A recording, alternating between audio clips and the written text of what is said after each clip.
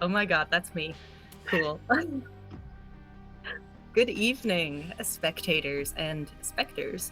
I am your humble host, Enyo, they, them, or any pronouns, and I will play the role of administrator in our latest game, Cain, aka Lancer's spooky younger sibling. Good save. Yeah. I'll let the authors set the scene here. Humanity is... I'll introduce the players after that. But you know what? Let's just introduce the players now, I guess. Oh, okay. Sorry. When you said authors, I thought that was like in reference to the players. I was like, what Yeah. You're like you're the administrator, and then we're like authors of our own destiny or something. Yeah. So to player introductions. Okay. Hi, I'm Nathan. I use he/him pronouns. I guess do a brief character intro. Not like a full description. I'll just do name and pronouns. Tonight I will be playing Jux, and they use they/them pronouns, and that's all I got for right now. Am I next? I'm not looking at the screen. Yes. Okay, cool. My name's Claire. My pronouns are they, them. We clearly rehearsed this beforehand. I'm playing Iñigo, who uses she, her for the moment, at least. And my name is Olive. I use she, they pronouns. Tonight I'm playing Katana Light, aka Cat, who uses she/it pronouns. I have a question. Yeah. Is that light, L-I-G-H-T, or L-I-T-E? L-I-G-H-T. Thank you very much. I don't know how many calories she has, but it's more than the diet version. Cool. Yeah, this is a horror game. We're going to do horror things, but it can also be funny. That's fine. We're going to have fun. Okay, so some scene setting about this game, Cain. Humanity is cursed, host to a roiling psychic sea barely understood or controlled, a phenomenon arising purely from the darkest portions of the human soul. While most humans are blissfully unaware of its presence, others are more sensitive. While it grows wild in these hosts, sins appear, terrifying supernatural monsters that are anathema to reality itself. Cain is the solution, the global national, but also supernatural, shadow organization dedicated solely to the hunting and execution of sins. Its mission is clear, its purpose steadfast. You, the players, are an exorcist, a powerful psychic soldier and a tool of Cain, honed and wielded for one purpose, to wipe out the stain. And that was when I was planning to introduce characters, or players, I mean. Sorry. No, it's all good. Okay. Let me take this off. This is way too hot. Why am I wearing a jacket indoors? Because it looks cool. I feel it. Okay. So... we open with a shot of a young white woman with a blonde high ponytail, wearing a strappy coral pink sports bra and matching leggings, sitting in lotus pose on a yoga mat in a bright, clean room. She smiles and waves at the camera. Hey everyone, it's your girl Angela, here to bring some light into your life. I know the news is bleak, but people are so cynical and divided lately. Everyone is living in their own isolated bubble, when what we need to do is come together. But how do we do that? Don't let negativity drag you down. Complaining gets you nowhere. Only good deeds and good vibes actually help. Self-improvement is your duty to yourself and your community. That's where the Star Soul Retreat at Dawncrest Ashram comes in. 3 days of health, wellness, and inner peace in the tranquil mountains. Digital and physical detox with like-minded starlings. Come join us. A split-second glitch separates the woman's head from her body. Her face becomes a mask over a roiling mass of chaos. Actually, hundreds of masks layered underneath and around the influencer's face, like a kaleidoscope. Then everything collapses back into normality. And start your journey to manifesting your star soul. We zoom out to show that this video is being shown on a boxy old TV, wheeled out on a cart in a concrete room lit by flickering, naked light bulbs. A tall, thin man switches the TV off. He's wearing black leather gloves with sigils carved into the palms, a simple black suit, and a long black coat plastered with paper talismans. He looks no older than 30, perhaps, but his hair is mostly gray and his eyes droop with deep purple bags, starkly juxtaposed against his ashen skin. He turns to you all, who are sitting at a metal table on rickety folding chairs. You are all wearing your standard issue uniform, ill-fitting suits and shoes that never seem to become comfortable no matter how long you take to break them in. And it has been a while now. You have all survived one mission, and you have your scars to show for it. Would you like to introduce yourselves?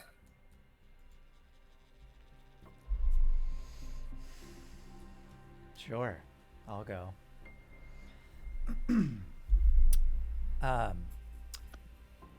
Jux is, I think, definitely sitting somewhere. If we're all sitting at this table, Jux is probably sitting in the middle of the two of the other players here. They are kind of sitting at a, kind of that almost obnoxiously laid back, confident sort of stance, like they don't really care, very cavalier, but also clearly paying attention to what's going on. But you can tell they keep just constantly fiddling with their hands, and despite the formal garb that they're wearing, they have just an excessive amount of rings and bracelets adorning their forearms and hands. Jux themselves in this moment, you can see they're very, I would say they're very conventionally attractive in the sense that they look to have very broad, well-toned shoulders and arms, which then kind of taper up into a really long, slender neck and very soft, a little bit more feminine facial features. Their hairstyle currently is an asymmetrical one, with the left side completely shaved down, almost to bald, and the hair itself is a sun-bleached blonde that kind of goes out in some almost crazy anime-esque hairstyle that sort of like shoots off to the side. And yeah, they're just sitting there fiddling with their rings, listening to what the sorry, is this the administrator who's speaking? This is your handler. Handler, okay. As the handler is speaking, they can't help themselves and they keep fiddling with their hands and their rings. And every once in a while you catch, they can't help it, but they sort of start to gnaw on their nails a little and then catch themselves and stop. The final notable feature of them is their mouth. Every time they flash a smile, the teeth are just a little too perfect. It's almost uncanny. And in this room, is there not a lot of light in this room? Is it dark, or is it like bright fluorescence? It's very bright where it is bright, and it is very dark where it is dark. Okay. Well, in that case, I think they are sitting under one of these fluorescents, so there's bright light catching them, and, not the most flattering light, but oh well. And their mouth themselves, with these perfect teeth, every time the light seems to kind of dim as they close their mouth, the teeth look very opalescent, like there's this shimmer to them, almost a luminance. But that is Jux as they sit here listening to the handler. As Jux goes up to bite their nails again, the handler flicks out his hand, and Jux's hand just kind of goes flying. Yes. Okay, got it. And he gives Jux a stern look. that essentially says, "Do that again, and you will regret it." What do you care? Huh? It's just my fucking nails. What's the problem? Maim yourself for all I care. Just get the job done. Yeah, we've done it once before. We'll do it again. The fatality rate for these missions is more than half, and it increases exponentially with every category. This is for your own good. Pay attention, develop self-control. Have Keith stares beautiful pointedly. nails. What was that? Have beautiful nails. It'll increase your chance of survival. I believe that is in jest, but Iñigo's correct. Beautiful nails will increase your chance of survival. Well, it's really not a problem for me. I mean, clearly, and I flick my hand up where I have kind of gnawed down that nail a bit, and you just watch as the nail perfectly grows back into a manicured shape. I believe I can even have it paint itself, if I'm understanding the ability correctly. So it just perfectly grows back and colors in. Look, see? No problem. I can fucking eat these things off as much as I fucking want, and it's not a fucking big deal, okay? So just let me have my little snack, because, hey, we all got our little quirks, right? We all got our little anxious tics, so let me fucking have this. You can have that on your own time when I don't have to look at it. So moving on. Who's sitting next to Jux? Or Jux is in the middle? So who's on the right? I am. Iñigo is, 15 years older than the oldest person in the room, at least.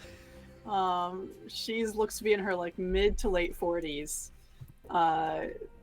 Long elbow length, black and gray hair, the bottom half of which the gray has been dyed a deep indigo.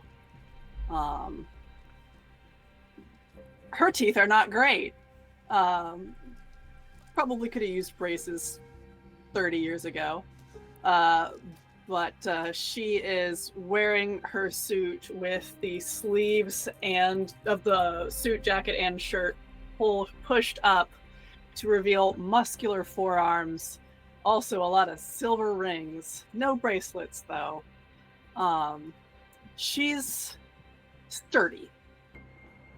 Solid. Doesn't look like she's in great condition in terms of, looks like she's had a bit of a rough life.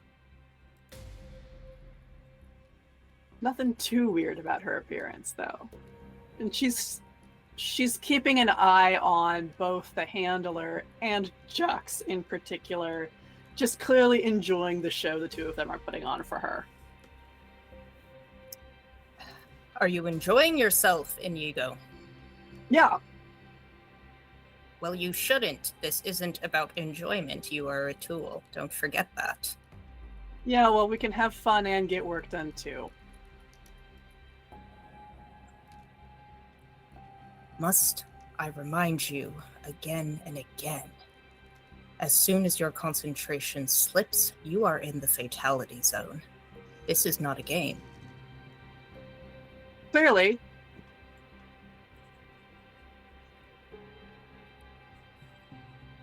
You're too easy. Come on. I have survived as many missions as I have by not having fun. Yeah, that's pretty clear. If you ever find that stick, let me know, okay?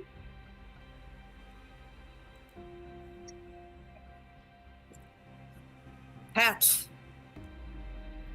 the only person that I will talk to for the rest of the day. When the tape stopped, it looked like her head had been taken off. Do you think Very astute. you can cut people through filming then? It's a sort of knife, do you think? was fascinating. I've never thought about it like that.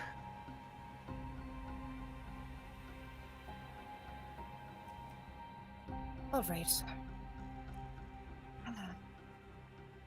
I think he sort of just tiredly pats Cat on its little bald head.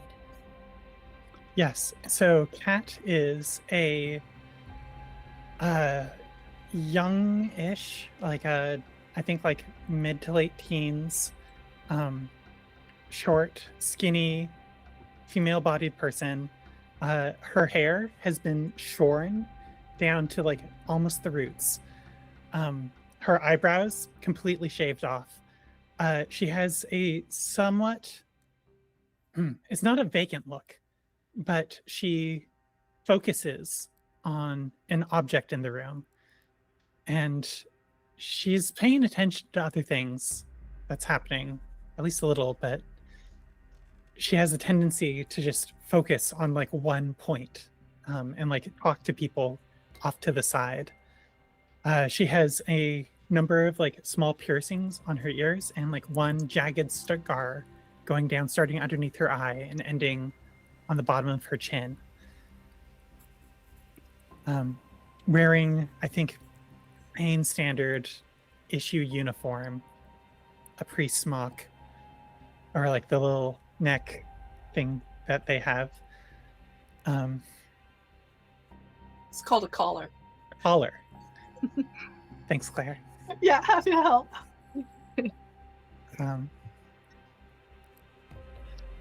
Yeah. Right.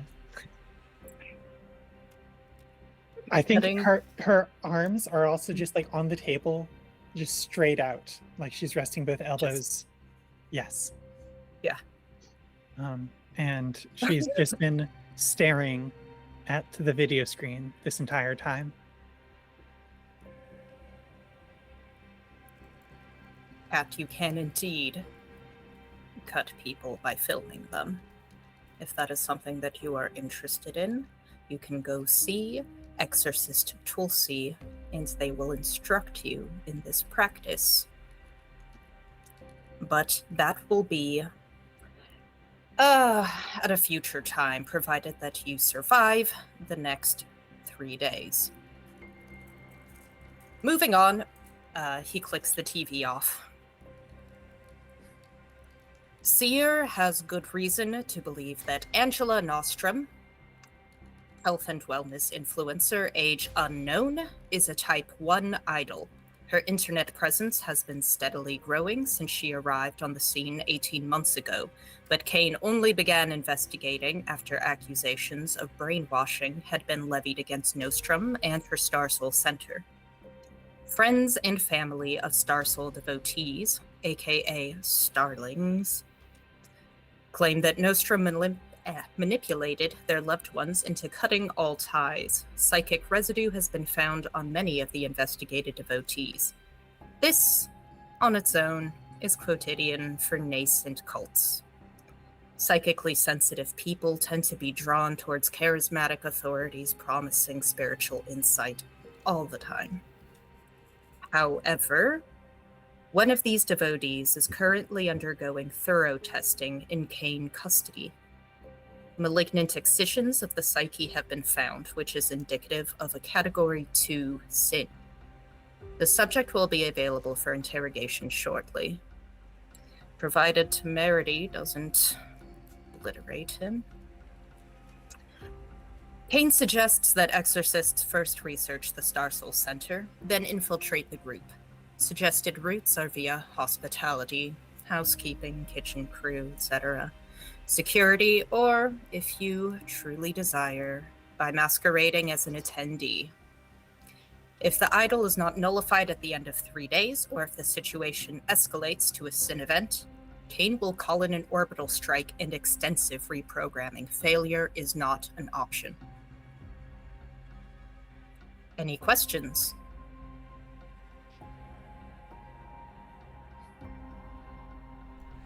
No?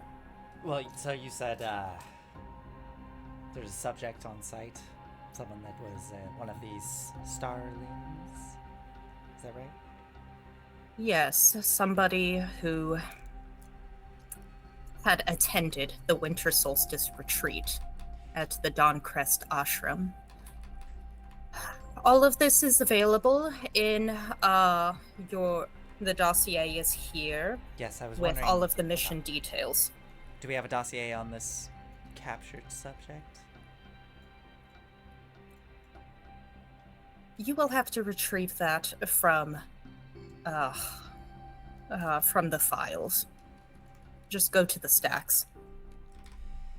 Oh, fun. You don't even know the name? The name is Danny Lumaban. Thank you. Did we get a name for our handler, or is he just handler? Handler. Just handler. Okay, then I go, thank you, handler.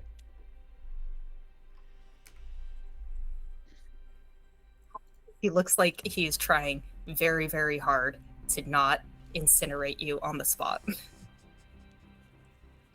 And if you go to the owl bear, you will see the mission parameters. Mission parameters. Are they towards the top of the page? It is the yellow page. Should we put that up on Twitch? Yes, I will do that now. Thank you. Mission parameters.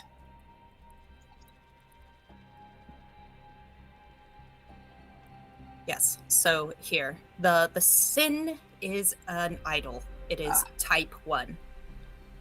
That means that it is not bonded to its host, and it likely manifested without the host's knowledge. Okay. It is category 2, which is why you were assigned to it, because you are all category 2, having survived one whole mission. Yes. And here are the trauma questions. The way that this works is that you are therapists with weapons, and you are going to beat the shit out of this trauma. Beautiful. Your mission objectives are to investigate Angela Nostrum and the Star Soul Center, gain access to the Star Soul Center. You may identify/rescue the host. You may answer the trauma questions. You must discover the location of the idol's palace, because you cannot exterminate the idol without knowing where that is. You must exterminate them in the palace, otherwise they'll just come back. And now I have a question.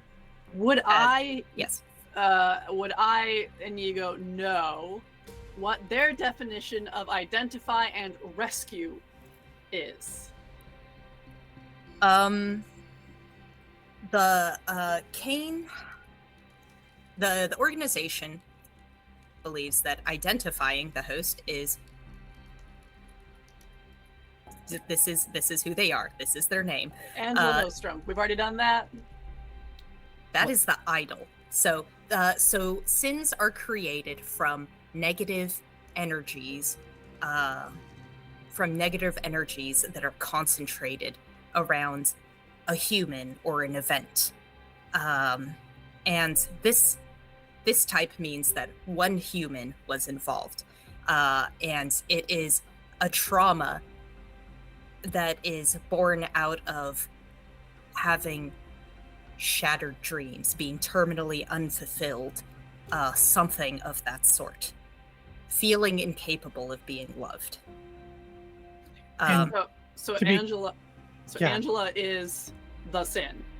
Angela is the sin. There is a separate person who the Who's sin the came host? from. Yes. Who's the host? Okay, Wild. cool. Okay. Okay, cool. Thanks. Is it ever possible for the host and the palace to be one and the same? Or is that not a thing? That is a possibility. Okay. A palace is a tear in reality. Right. I assumed it wasn't necessarily a physical place. Well, a physical place here in our reality.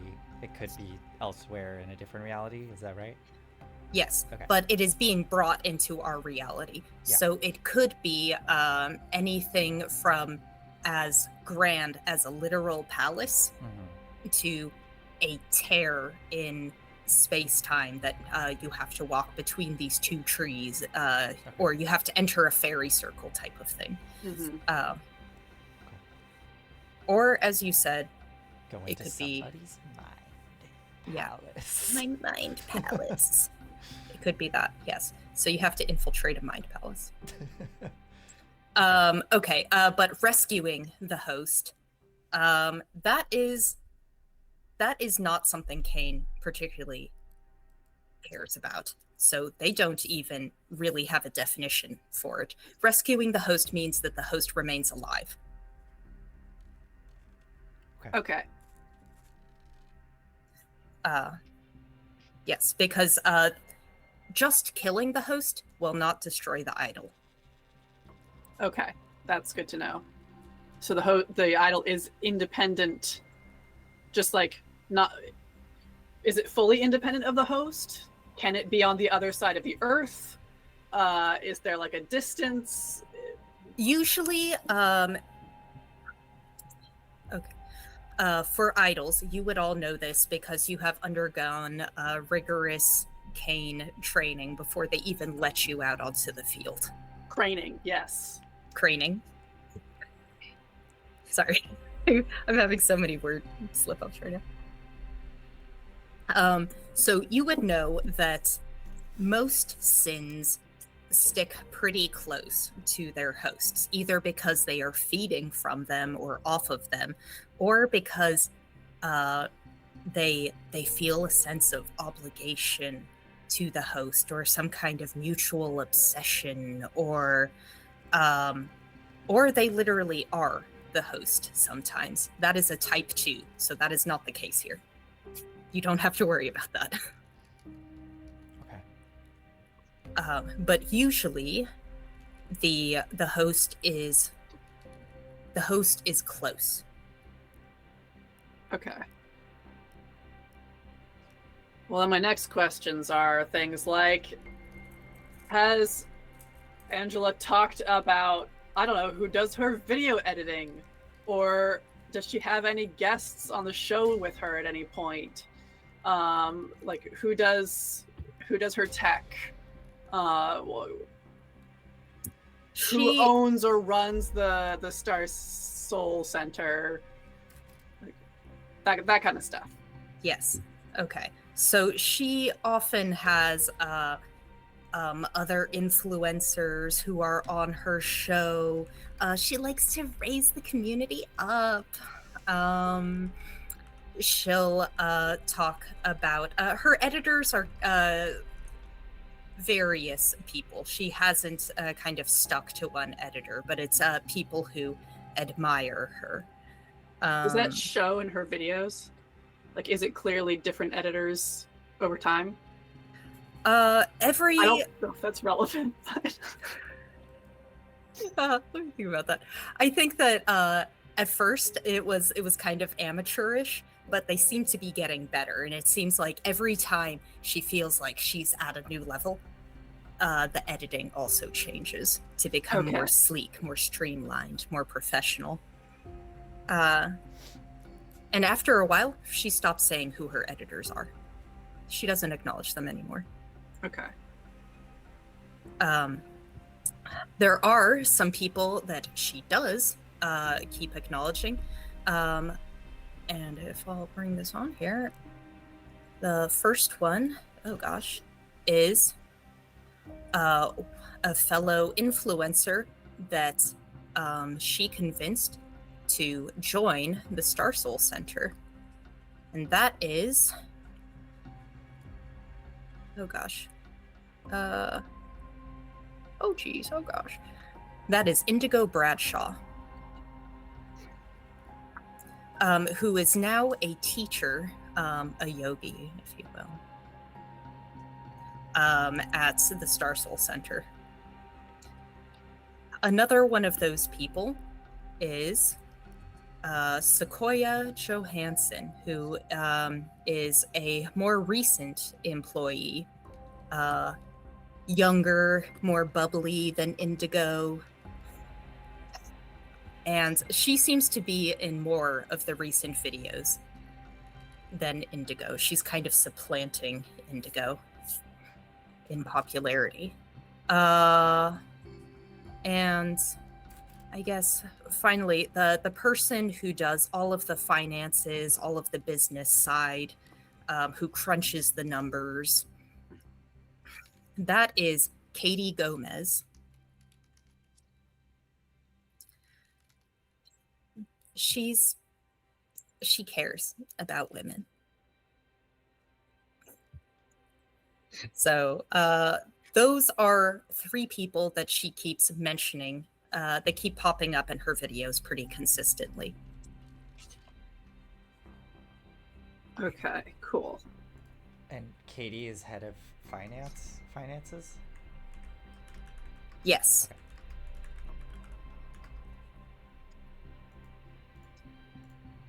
As I take a red pen and fill in the sides of the S in seer up in the right-hand corner there, I ask, are there any men that we know of?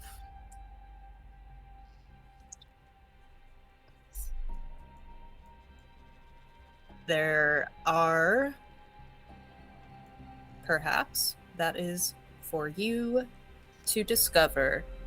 I have an appointment elsewhere. Is You may Danny go. a man? Danny.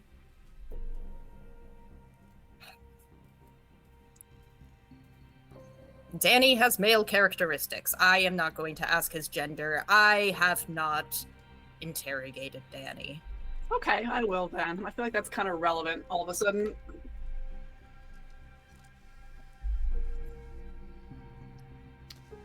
Great. Well, We're gonna go interrogate somebody?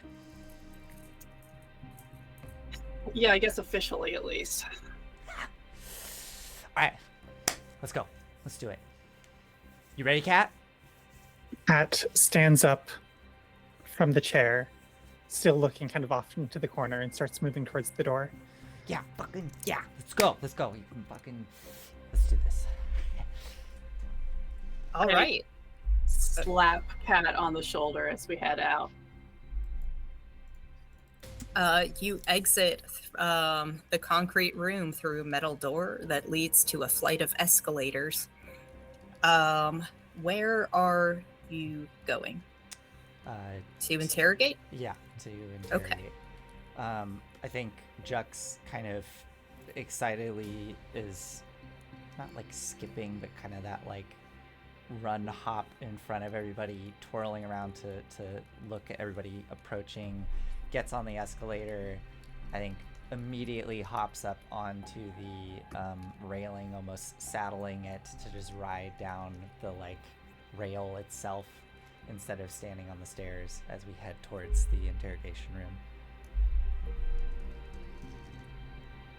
Okay. So, what do y'all think? I mean, If there's a blade on that handrail, you would have been cut in half while sliding down. Yeah, this is true. I mean, are you gonna turn it into a fucking blade? I've seen you do some crazy shit. Don't do that. I'm not. This is not a challenge. I don't want it to turn into a blade. I could. No. Please don't do that. This is kind of exciting. I mean, we get to talk to Angela Nordstrom. I mean, come on, guys. Haven't you seen her online? She's like everywhere right now. Be kind of exciting to go there and see her and see what's going on at that place. I mean, they're like, it's like you gotta have some crazy shit happening there. And now we get to interrogate somebody. I mean, the last mission we went on, there wasn't as much, talking to people. So I'm ready for this.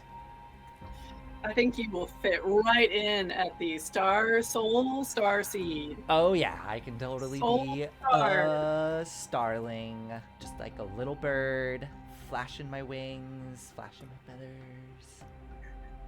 all brown and gray and cream. Yeah. So, beyond that, though, I mean, I don't really know. Like, it's unclear to me what what the sin is. What's the problem? What's going on? They say they're getting like psychic residue or something, and there's They said indication. there was malignant incisions Yeah. from Danny. What? Like actual. What are we talking here? Cuts? Like actual cuts? Psychic cuts? I would very much like to know. Yeah. Oh, Iñigo, how do you want to, like, well, both of you, really. I know, Kat, you don't usually like talking to people as much, right? But, how do we want to approach this? What are we doing here? Do we, like, talk, and then if they don't talk, you cut, and then hope they talk? Sounds like there's already been some cutting going on. Yeah. Cutting. Let's try talking. Do you want me to take the lead on that? Sure. Okay. I think I can, I think I can tone it down a little. I can see what's going Here. on. And I toss them a half full packet of cigarettes, Catch it. if it's useful. Yeah, I mean, yeah, we'll see. I'll put it in my pocket. Are the uniforms like, what are we talking here? Are they like jumpsuits? Are they like... They're kind of ill-fitting black suits. So, Suits. like a white shirt and then a blazer type Okay, thing and a so little very, tie. very Men in Black-esque. Like, Mhm. okay, gotcha. Okay. Except Cat, who has a little priest collar. Great. Yeah, then I put it in the inside pocket of my jacket, and yeah. And I just kind of, now that we're not in the room with the handler, I'm gonna unbutton like the last three, take the tie off, and yeah. Okay. It's a very long escalator, but you finally reach the top. And you make your way down seemingly identical, past seemingly identical gray concrete corridors until you find yourself in front of one that has the logo for Temerity, the research division of Cain. Yes, this is going to be Temerity. And you can just, when you go inside, well, do you just go inside? Is there like an observation room before we go in? Do they have the like two-way, or what do you? Is it a one-way mirror? Yeah. Like, Yes. Can we like scope it out before we go in? Yes. So you go into their room, which then has another room that has a plexiglass sort of cage in the middle, with so you can observe from all sides. There are monitors that are being shown in real color, one in infrared, one that seems to be showing some kind of purple sort of this. It's like a false color image that is showing like this purple sort of swirling gas that's kind of leaking out from every pore And of this man. Yeah, and what does the man look like? What are we seeing? So you are seeing, I'm gonna put this guy up here. Is it gonna be next to Sorry, did you say this person's exuding purple gas? In one of the false color. Ah, So there's it. like an infrared one where you can see where the yes. heat is placed, etc. got it. But you know what? Maybe let's Do you, maybe you guys can actually see it even without the false color, depending on how good you are. But I'm not going to make you roll for that because we have technology for that. Or they have technology for that.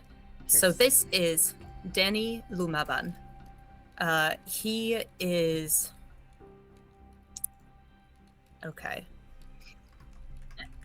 He is a sort of slightly heavy set, slightly balding, kind of middle-aged man with black hair and some stubble. He has some jowls. He's got like pretty deep laugh lines. He looks like he's been exposed to a lot of sun throughout his years. And he's just sitting there, shoulders slumped, head sort of tilted, mouth drooping open with a vacant smile that doesn't reach his hollow eyes. He's smiling. Yeah. Huh. Is there He's like half smiling, half mouth open. Is there a like a technician or somebody, another exorcist in this room that's been operating all the systems, or do we just walk into an empty room? Yes, there is a technician who is sitting at a control panel and looking at a bunch of readouts. They are doing things that, like, you don't even understand what is supposed to be measured here. There's something that looks like, oh, maybe that is his pulse? Are those his brain waves? As someone who has flux as my blasphemy, and this being a relatively new discovery for Temerity, have I spent time here myself? Yeah, you have. Okay. You have been in, you know what, I think you've been in this exact room. They've hooked you up to some of these machines, so maybe Iñigo would know a little bit more about what is going on here. Could I peer over this tech's shoulder in a very friendly way? Yes. Yeah. What are you looking for? Or I want to know, first of all, what he's on. Second of all, if there's anything here registering as what was it Kat said, psychic cuts? Malignant incisions. Malignant incisions. What the Thank you, handler Kat. said. malignant Yes. excisions. Excisions. Ooh. I'm gonna write that down because Kat's getting it into my head.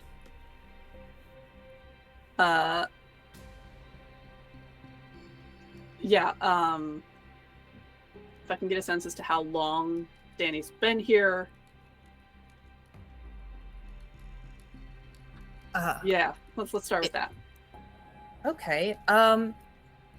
There is a little bit of chafing around his wrists. It looks like he may have been tied to the chair, but there aren't any restraints on him now.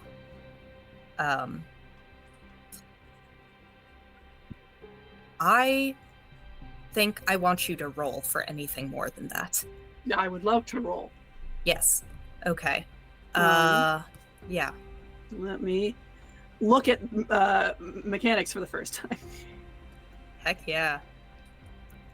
While they look that up, for our blasphemy powers, in order to use those, what do we have to do again? So you use a psyche burst in order to use any of your blasphemy powers. It's like you always have this negative energy. You always have this psyche that is roiling up inside of you. And the psyche burst is like the tool you use to channel that energy. So we only get 3 per... Yes. Per what? Per scene? Per 3 per... 3 per mission. Per mission. Mission. Okay. So we have 3 per when mission. we use it, it's a big choice to use it. Okay, got it. Yeah. But you have another choice. You can also dip into sin. That's right. You can use sin to get an additional burst. Okay. Okay, great. Okay. Thank you. I think this is most investigation of I'm looking for information from readouts in front of me. Yeah, sure. That sounds true. That is good. What is your investigation again? 1. It is 1? Okay. So let's which dice? Let's get out which dice. I was just gonna use a physical die. Or yeah, no. It's fine. You can use your physical die and then just say what it is.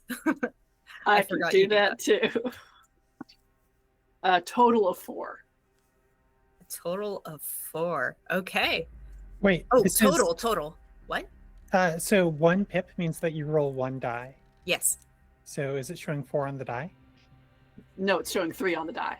Ah, okay. So that is a failure. So it's not like you don't add your thing. That's how many dice you roll. Yeah.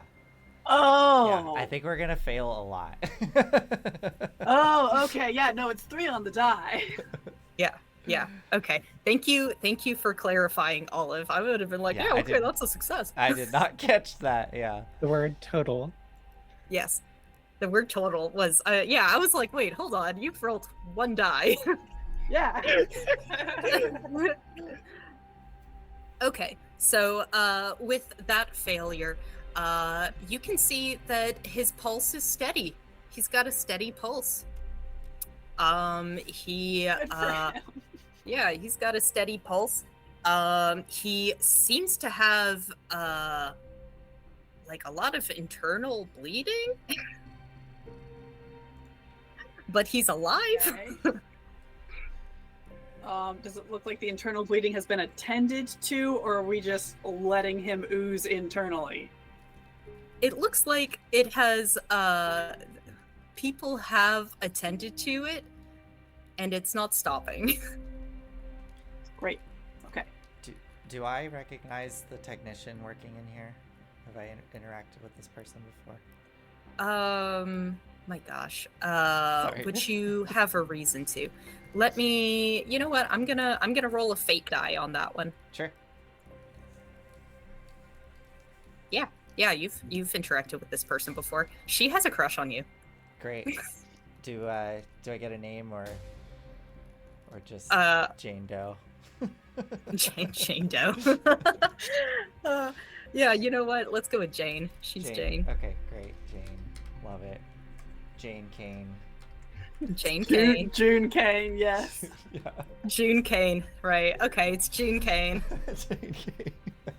June. Is it June or Jane? Is this gonna be our June? You don't know. You don't. Oh, I don't know. Okay. Whether it's June or Jane. Okay. I'm gonna swing around to the other side of her, from Iñigo, and I'm gonna just kind of swing around and slap my hands down on the desk and sort of lean down and look at them and go, "Hey, good to see you. Hey, do you have a dossier on this person? Like any information we get on this Danny guy? Because I'm getting ready to go in there. I want to talk to him, and anything that'll give me a little bit of an edge. Like, is he a smoker? Yeah. Hey, it's good to see you. Hi. Yeah. Hi. Oh my God. Hi. Yeah, hi. It's so good to see you, Jux. Oh my God. And she kind of looks at the others and like, and you guys too? Yeah. Yeah, we're here too. Yeah. How long has this individual been here? Yeah. He's been here like 16 hours now. Okay. He hasn't asked for a bathroom break or anything. Has he had any food or water? They brought in trays for him, and he ate. He drank. I mean, that was hours ago. It's gone now. It's gone. He hasn't asked for anything. Okay. But is there a dossier on this person? Like, Yeah, of course. Oh my God.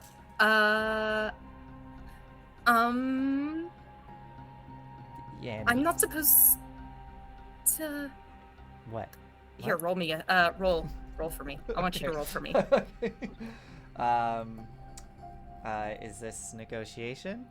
Yeah, hell yeah, that's negotiation. So I got 2 pips in that. Okay, so roll 2d6. Okay. And 2d6. Here we go. So my higher one was a 5. Okay, nice. Yeah. High, that's what I need to do. There we go. 5. She says like, yes, yeah, you're definitely you're on the list. Okay, right. You're authorized here. Yeah, I would hope so. And does she pull it up on the computer, or does she hand me? She does. Okay. She pulls it up on the computer. I'm gonna kind of put my arms around her and sort of lean over so that I can and I go, is it okay if I drive? And then I start just using the computer with my arms around her and, scrolling. She's very sweaty. Yeah, we don't have to like spend a whole bunch of time on it, but is there any information in here that might give us an advantage? I mean, yeah, like for example, is he a smoker, right? Like, Iñigo just gave me these cigarettes, like that might be helpful to know. Is he married? Does he have a partner? Like just any kind of information that might give us an edge here. Yeah. I'm also happy to roll for this. An edge, you say?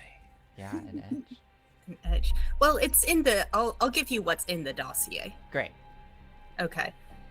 So he is 48 years old. He is divorced, an investigative journalist by trade, and a community organizer. He attended the winter solstice retreat at Dawn-Crest Ashram, which is part of the Star Soul Center. That was just a few months ago that he did this. Sorry, he attended the winter solstice retreat at the place where you are going to go. Yeah. For the New Year retreat. And he's an investigative journalist? Yes. Okay. They have some of his articles up. Yeah, I raise my eyebrows and I point at that, and then I go to the articles and like start scanning through those. Are there any about the retreat or about Angela? Not one. Not one about Angela or the retreat. He has he's written some articles about pharmaceutical fraud. He wrote a lot of articles about this one particular pharmaceutical fraud who said that her machine could just with a single drop of blood do all kinds of miracles. He covered that for a long time. It seems like he really likes to cover fraud and broken promises, that type of thing. Does it say anything about, was his divorce, was it messy? Was it a mutual thing? Is there any indication of why they got divorced? There is nothing at all about that. He was, all that there is just that he was married for 10 years to a community organizer. Is there a name? Yes, her name is Gloria Lumaban Anakbayan. Great. I go, I turn to Jane June. I'm not going to say her name yet, but I turn to her. I go, hey, does this just get Google? Can I just search, or search engine? Can I just search for something? You can. There's kind of a firewall that I have to get across. And yeah, great. Go, yeah, let's get across it. Let's do it. Let's break right through. Oh, me? You want me? You want me to do it? Yeah. You don't want to do it? No, I thought you were driving. Well, you said you can do it. You should do it. Yeah. Because look, it's real simple. I just want to look up who his ex-wife was, Gloria, and I would love to see what she looked like. I would love to know if there's any information about her and him that's just on the internet. That's all. Just, public knowledge. Look, I would use my fucking phone, but they don't let me bring my phone in here. You know that, right? Yeah. God, how many times do you have to sit in the bathroom taking a shit and you can't do anything? You just got to sit there and do that. Come on. Let's do it. Okay. Yeah, yeah. I graffiti the walls for what it's worth You did? in the bathroom. Fuck yeah. Okay. Okay. Route poetry. Yeah, I'm gonna do another fate roll because I think that you've already used your negotiation. I think until you mess up her name, you're doing okay. I'm being very careful here. 3. Okay. She's like, okay, so I got his ex-wife's name. But it seems like she really, really hated social media. So I mean, I got like this picture of her in the newspaper. It's kind of grainy. I look at it. She's like kind of you see a woman who's like maybe like a little bit darker than Danny with sort of long black hair. She's like chubby, but and she's like yelling into a megaphone type of thing at a rally. It seems to be a rally for housing. Awesome. Here's my question about the way blasphemies work and the passive ability. The passive ability, do you need to use a burst in order to use that, or is that just something you get? The passive is something you can just do. So I just have that. Awesome. You just have that. Then I will use my mimic ability, and I can make myself look anywhere from age 13 to 88, according to it. So I'm gonna make specific. So specific. So I'm gonna make myself look like I'm. She's 89 years old. Okay. Yes. I'm gonna make myself look. You said he was middle aged. I'm gonna make myself look like a middle-aged woman. And I can't look exactly like her, but I'm going to,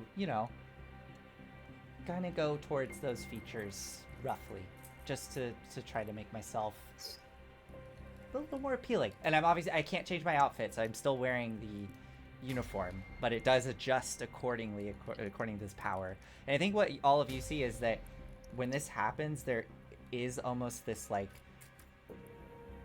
glitchy heat distortion that's sort of like as like it's almost like flickering through countless versions of Jux as it's sort of like, and then it kind of and stitches together, and then so I'm gonna be a lot shorter.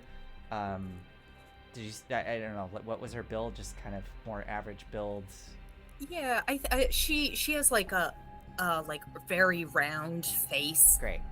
She's like kind of heavy set. So I again just similar to that. So height decreases a bit, more heavy set, and look to be about middle age. But I still look like Jux. Like, it's weird. It's like there's still like I could be a relative of who you just saw, but like Jux's aunt, I guess, with darker skin. Jux's Filipino aunt. Yeah, Jux's Filipino aunt. So yeah, and I kind of adjust, and I button up my shirt. You with Jux? I Jux, yeah, I button up my shirt. I take the tie out, and I very expertly tie it and get it perfectly set. Make sure everything's all set, and then I look to Kat and Iñigo. What do you think? That's mean. Go for it. I don't know, just make it a little more appealing, more comfortable, right?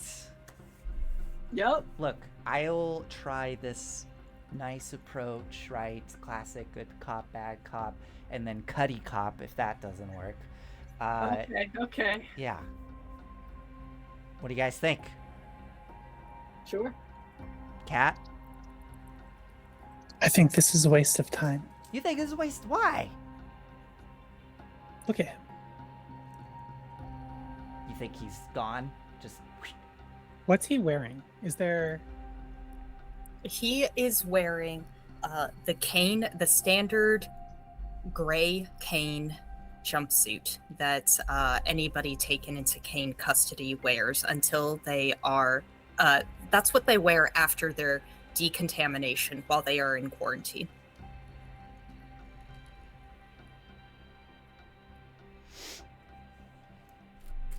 Yes. I want to go for it. I'm gonna talk to him and see what happens. Are you guys gonna wait here, or might? I would like to see his possessions. Ah, What was taken from him? To the technician. She just looks blankly at you. I think I take this opportunity and I go, yeah. This is Cat, by the way, Cat, and I do without saying. I just gesture to her. Oh, Kat. Yeah. I don't think we've met before. Hi, I'm Jane. You have beautiful hair. Oh, you have beautiful scalp. I would like to see his possessions. Yes, yeah, right, his possessions. Okay. So he had on him, he was wearing jeans. She looks it up quickly. Let's see. Okay. Jeans, a plain red shirt, a sweater, a lighter, and a tape recorder. Oh, what's on the tape recorder? Nothing. Show it to me. I don't have it. You have to go down to evidence for that. Cat turns and walks out the door.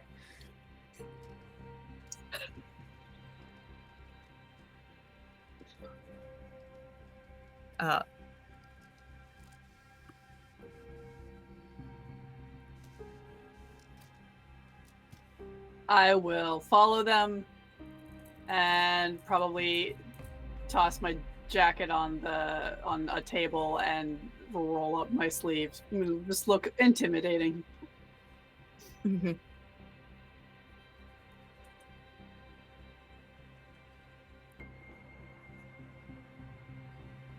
Okay, well, do you want to do that first, or do you want to? I'm okay doing some, like, let's move to Cat first. Cat in evidence, so that we can tie that up first. Okay, so Cat, you make your way to evidence, and it's just, they're just little lockers. You have yeah, they've given you the password to the locker, I'll just say. So you can retrieve everything. As long as you, you have to mark in the notebook what you have retrieved, you have to put on gloves, that sort of thing. But what do you want to do with this? I want to take out the tape recorder. Okay. I want to take off my glove. And then immediately touch it. And I'm going to use one of my abilities. This is sympathy psychometry. Yeah. Or psychometry. Yes. And I'm going to use one of my sorcerer 3 uses free uses, because he's been here for less than a day. So I can see this. Okay, so the way this works is that I can touch objects to remotely view their memories. You can view back a number of days equal to your category. Roll Psyche, then ask a question plus an additional question per success. Gain +1 die when next acting on the answers.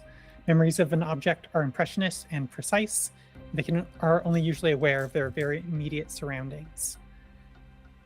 So I'm going to ask this tape recorder some questions. Okay. But first, before you even do that, yeah, you are not allowed to touch evidence. I want you to just roll to be. Are you trying to be stealthy about it? You're just doing it? Oh, absolutely not. Yeah. Okay. So let's. What are? Oh my god! Oh. I just want you to roll to see if you're gonna get caught. The flavor text for sympathy, the very top of it, says psychometry is banned on campus. Castle reference 0094. Yeah. So. Cool. Roll covert, I guess. Yeah. You are not trying to be covert. How about maybe maybe interfacing to see if you can do this fast enough before anybody finds Okay, you. great. That works too. Those are the two things I have 2 pips in. Cool. So let's see how this goes. I shouldn't have said that. 2 dice, take the higher. That's 2. That's a 2. Okay, All so right. even before I'm able, I think I start taking the glove off. And this is maybe not the first time that I've been here, so they're watching me. Hey, what are you doing? I want to ask it. You cannot ask it here. You need to go into the cage. Very well. Pull the glove back on, pick up. This is a going to little- be a mark on your record, cat. Cat, light. I don't know if I don't think I even acknowledge it. What's the cage? It is like it's like a Faraday cage, but for psychic emanations. So it's going to, it's evidence. You're supposed to be able to look at evidence, but they don't want you. They want to make sure that you aren't doing any funny business, and it's only with the evidence. That's likely fair. Yeah. So I'm still gonna let you do this. I just wanted to resolve that. that's fair, and I think, yeah, this is not the first mark on Cat's record. No.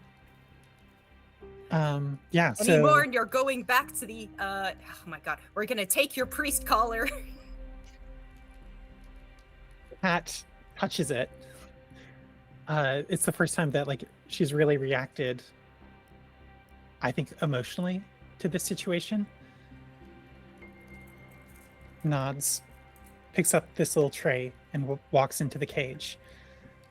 Pulls off the glove. Looks at it. Did you cut anybody's hearts? And I touch it, and I get to roll to ask it some questions. Yes. So you roll your psyche. Yes, which is, I think, just 1 right now. It's still just 1. Yes. That's a 6. So I get 2 questions. Ooh.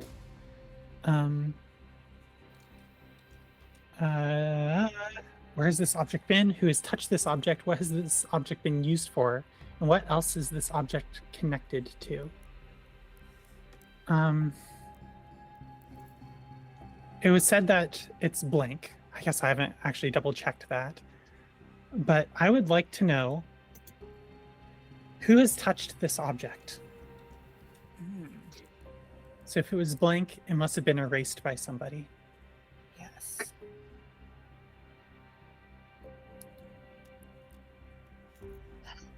Okay. So you get, let's see, who has touched this object? Is it only within the last day, or how far back does it go? If I'm doing the sorcery thing, it's the last day, so that's 24 hours. I could spend a psyche to go back further than that. You know what? Let's spend a psyche burst. Let's start out strong here. Ooh, okay. So the last 3 days, who has used this object? The last 3 days. Okay. So you get, through whatever your weird connection is, you get kind of this blurry image that starts to form. You get a sense of like a man with sort of dark hair, dark curly hair, and a beard. His skin is like brown. He seems angry. He seems really angry about something and bitter. He looks like he's been in a bunch of fights, and you get the feeling of him pressing the tape recorder again and again and again. And the other person who has pressed it is Danny. Interesting.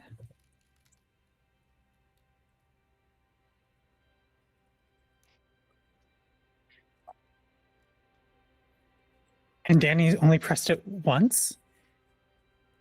Danny has not pressed any buttons in the past 3 days. He has just held it.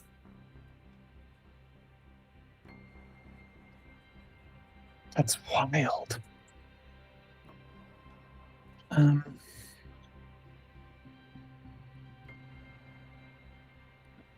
Who has touched this object then?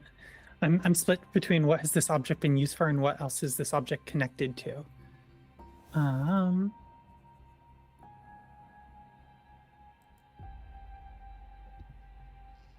No, let's look for another lead here. What else is this object connected to?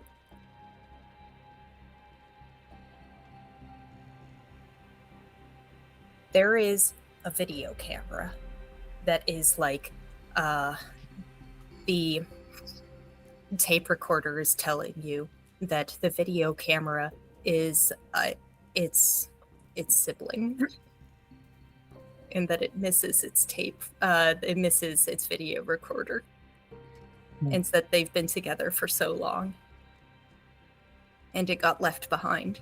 A video camera. A video camera is a knife. A video camera can cut. I want to meet this video camera.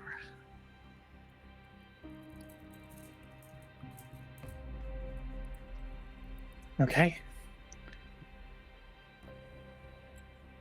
All right. Can I take this? It needs to be reunited. You can sign it out, and the evidence people just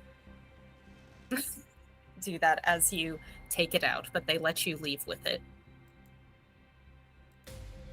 Yes. I put it back in the bag, put the gloves on. And then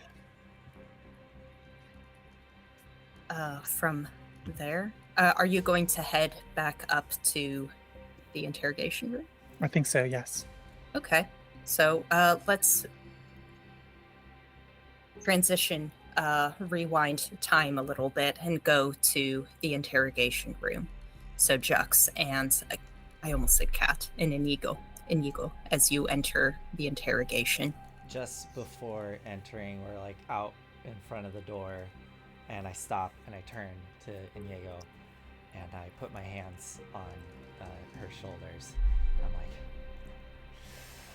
okay. Are you ready?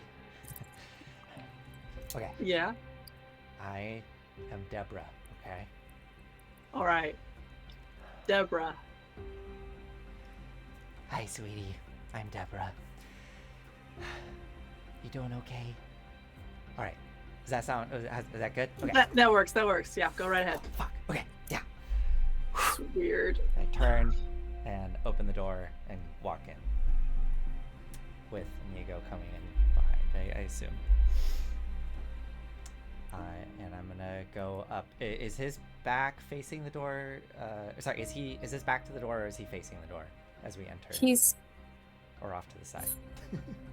Yeah, I think he's just off to the side, but as you walk through the door, he just sort of turns to look at you. Okay. Yeah, I come in. I come walking in, and I have my hands in front of me clasped, and just very like calmly glide across the room. Very not the way Jux normally moves. And I'm gonna walk up to the chair opposite him. I'm assuming there's like a table with a chair on the other side, and I'm gonna pull the chair out and sit down and just smile and look at him and go, "Hi, sweetie. My name is Deborah. I'm so sorry about all this. Are you doing okay?" Yeah. Good. I noticed. Sorry, before I say this, in the dossier, did we see the list of items that were in his possession when he got brought in? Okay. Yeah. I noticed that when you got brought in, that you had a lighter on you, and I reach into the jacket pocket and pull out the cigarettes. Do you smoke? You don't. see like kind of his eyes sort of come alight for the first time, and he looks to the cigarette and starts to reach for it, and Right. then pulls his hand back. Says, Oh, no, I don't smoke anymore. I don't smoke. oh, you don't? Okay, that's okay. I hope you don't mind if I do.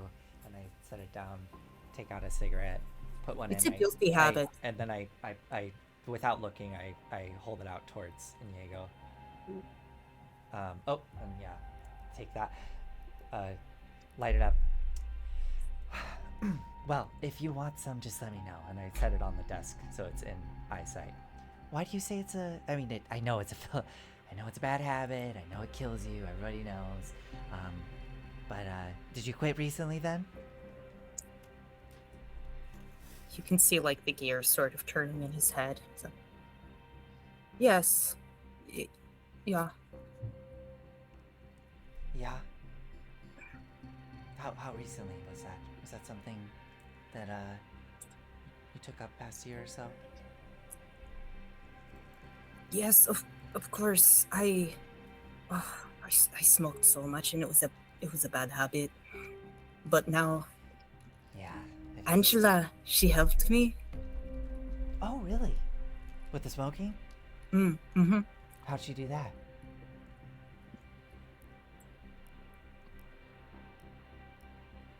She just made it stop. I don't want to smoke anymore. She said it was a filthy habit, and I know it's a filthy habit, so I stopped. Yeah, really convincing. Well, some people just have a way with words like that. What were you doing there at the retreat? Again, you see him kind of gears turning. Angela's so good. She really opened my mind. Yeah, I learned so much there. I was looking for something. I was looking for something there. And I was so full of negativity that I went there searching for something wrong. But after talking to Angela, she helped me realize what was wrong with me. Was it the smoking, or was there something else? Smoking's a filthy habit. Yeah. But what did she discover that was wrong with you? She helped me. She took what was wrong with me. What was wrong with you?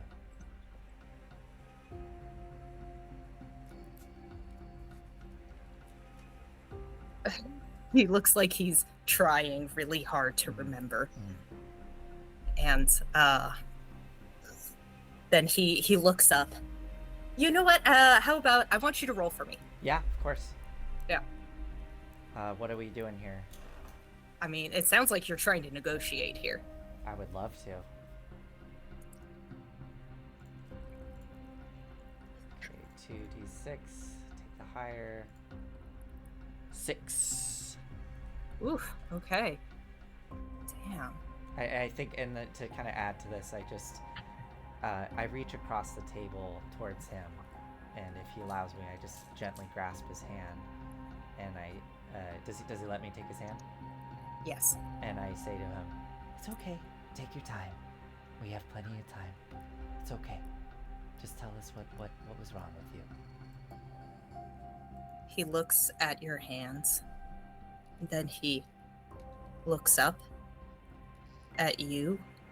And I mean, he sees just, this big brown woman and just goes, Gloria.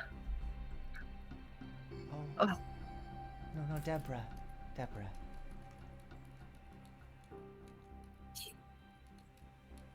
He shakes his head. It's like he's trying to come back to himself, and you can see him like struggling, like a drowning man reaching for the surface. Yeah, go ahead. I kick one of the legs of Jux's chair. Yep, I take the hand and I gently grasp his hand and I go, I'm here. Gloria's here for you. His head snaps up, and he clenches his hands and grabs up even harder, like grabs your arm and pulls you closer. And with a shaky breath, he just whispers, Rashida. Find Rashida. Who's Rashida? Who's Rashida? And with that, the moment of clarity is gone, and he's just back to his vacant smile, and he's like, Gloria.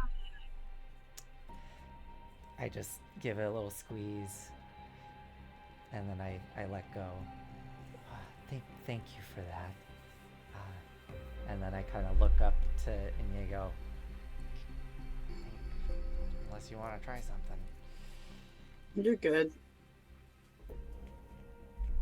He's crying silently, but still smiling. I have one more request then. Danny, can I get close to you, and is it okay if I touch you? I would like to just examine you a bit. It's all part of the procedure. He lifts his head up for you. Okay, I go over, and I don't really have a strong skill in investigation or anything or whatever this might be, but I will do my best. But Iñigo, if you have something better, I can tee him up for you.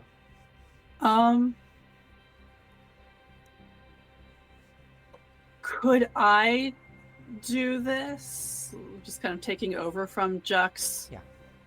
Being, well,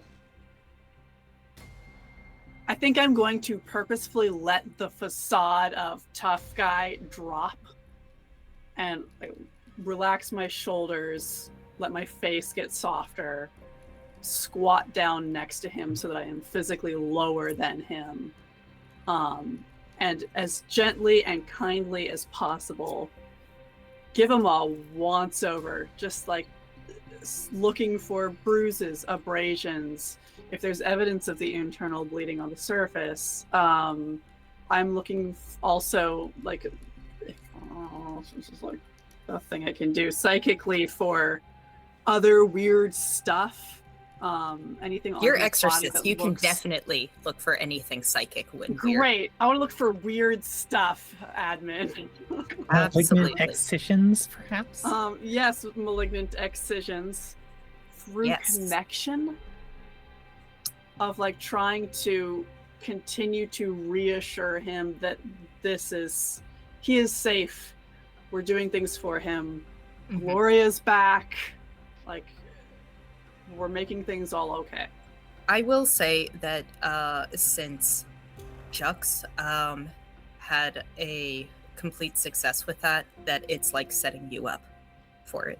So I think to give more authority to this, I basically say, my associate here is gonna take care of you. I'm right here with you the whole way through, and just like gently, massaging his hand, or like kind of clasping it. Mm-hmm. Right? Mm-hmm. No, yeah. I will be as gentle as I can. Okay. Oh yeah. 6? Yeah. You guys are this is great because we've done this before. Yeah, you have done this. You've done this exactly one time before. But you've probably done trainings like this too. So you see that there seems to be a lot of bruising kind of around. I mean, his entire head just seems to be sort of bruised, but he doesn't seem to show any signs of pain or anything like that. There's bruising all over his body, actually. But it doesn't look like normal bruising.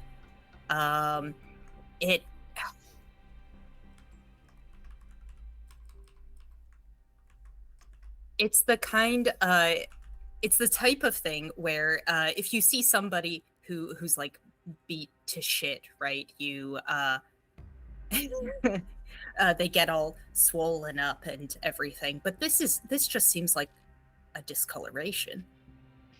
Okay, so we're talking minor bruising all over his body? Yes, minor bruising all over his body, and it seems to kind of it's not just like one consistent bruise. There seem to be like sort of patches, and if you look at the monitor, it sort of lines up with the sort of purple, sort of foggy exudations that are coming out of him. And you can see that too. You don't even actually, you know what? You don't even need to look at the monitor. You're a goddamn exorcist.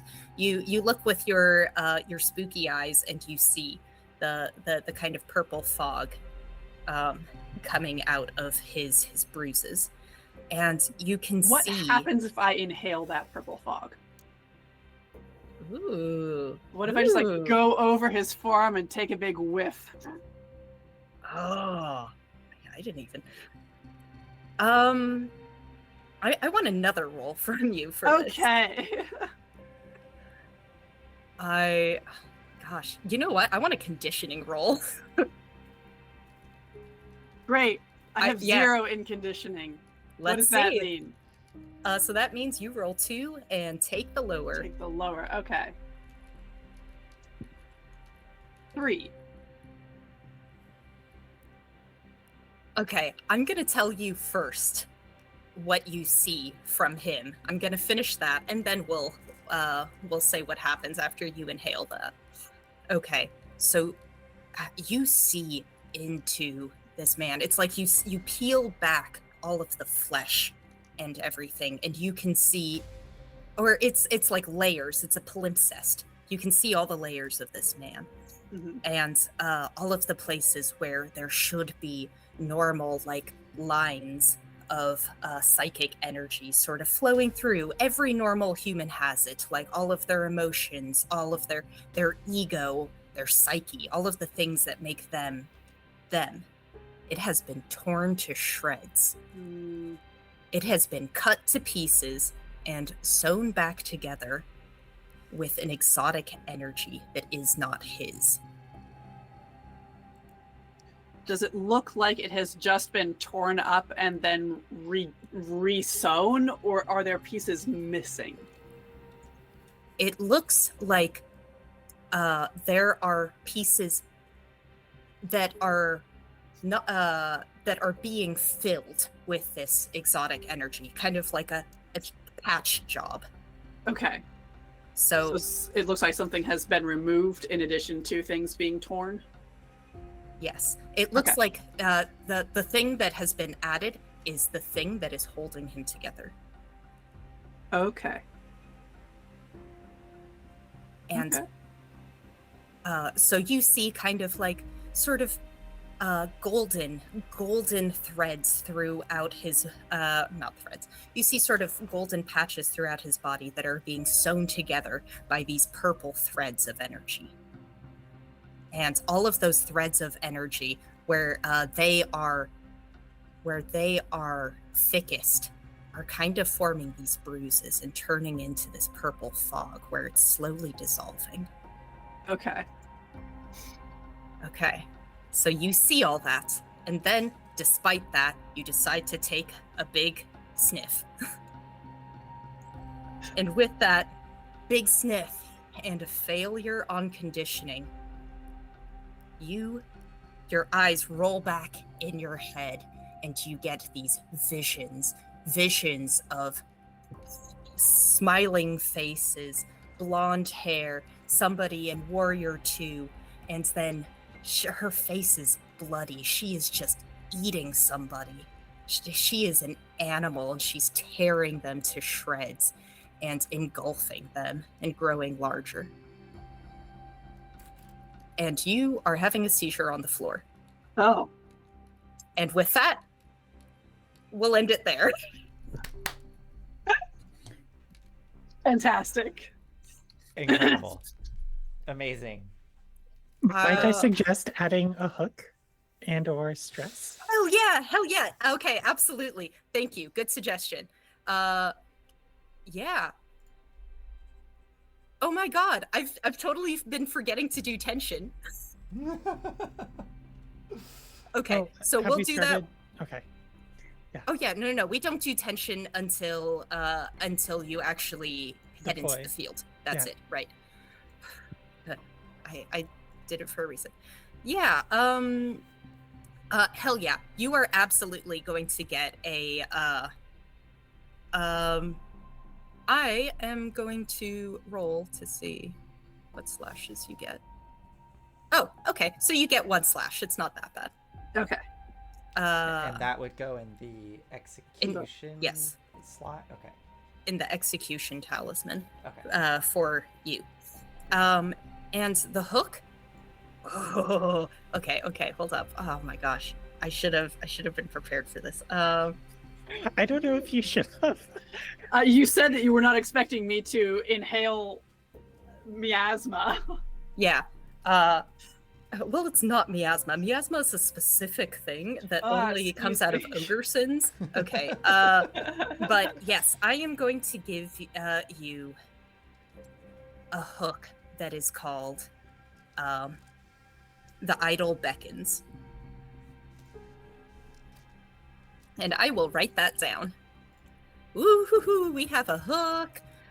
This is going to be a hook of 4. I mean, 4 slashes. Okay. And this do is I just for... like add another box onto my hooks? Okay. There probably is a thing for hooks on your sheet. Yes, there is. Yes. I think the default. Oh, I see. only Because comes it's with only 3. Yeah. I can draw another box. I can just make it 3 if you want to die faster.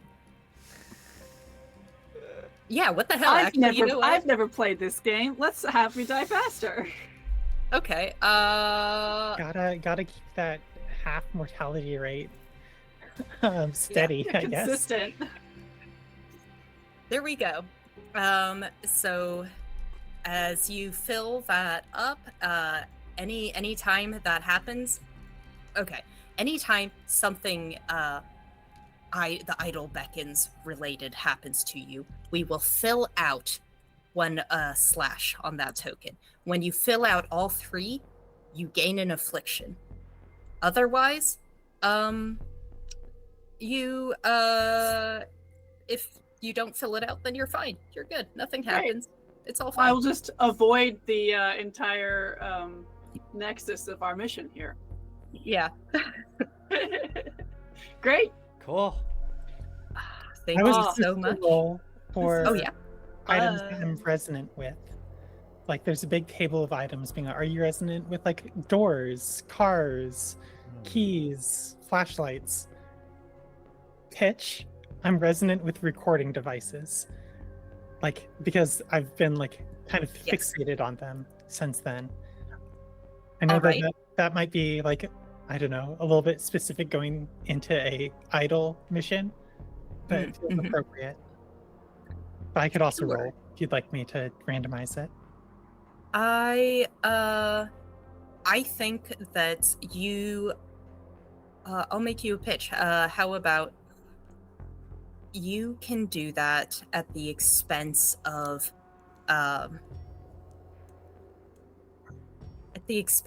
it either being stressful or giving you a hook. Hook. Damn it, why'd I say that? Now I have to think of a hook.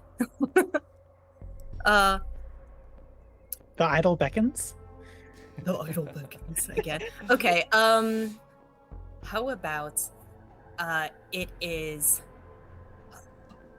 you get your hook is audio hallucinations. You keep thinking you're hearing what is on that tape. Cool. Love it. And that will also be 3 because that's what you guys have. Great. Okay. All right. Oral hallucination, I guess is the right. Okay. And you are cats. Great. Okay. We did it. We did it. Thank you all for an excellent first session. I'm really excited to see where this goes Oh yeah. and to keep playing with you. Thank you, everybody, for dropping in. And hopefully we'll see you next time, next week, Wednesday at 7:30 PST. Join our Discord. You're doing so good. Yay! Okay. Good night. Good night. Good night.